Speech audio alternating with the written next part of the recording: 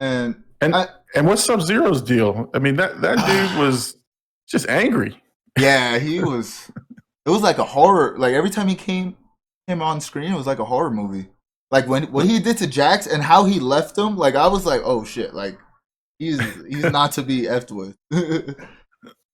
Listen.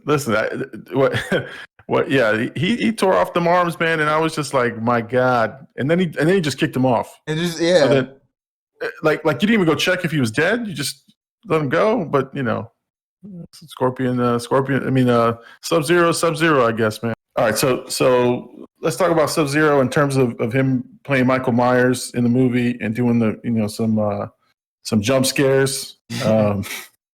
I mean, he was hiding. He was just hiding, and all of a sudden he shows up.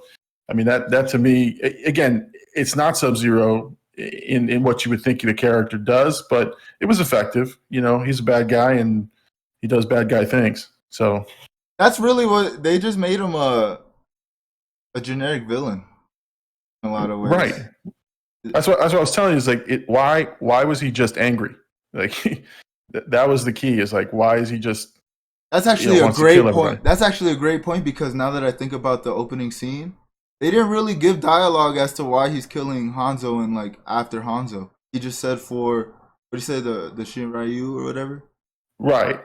So And that's what I'm saying. Unless you know the mythology, unless you know the lore, yeah, it's like, why is he doing it? And then for me, like I said, I didn't brush up on the character, and I didn't yeah, brush up on but I was watching this like, I know this character, and all of a sudden he just came and killed. I'm like, all right, they're supposed to be enemies. I don't know. yeah. So And I think the '95 movie kind of set up Sub-Zero and Scorpion terrible too. Like just as like for a normal moviegoer because I'm super into like Mortal Kombat lore. So to me, it didn't register that they didn't explain it very well. But now that I'm actually thinking about it, they really didn't explain anything about Sub-Zero either.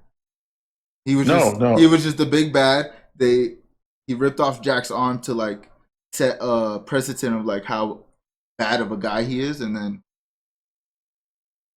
And what was it that they called it? You find your inner something. your Arcana. Right.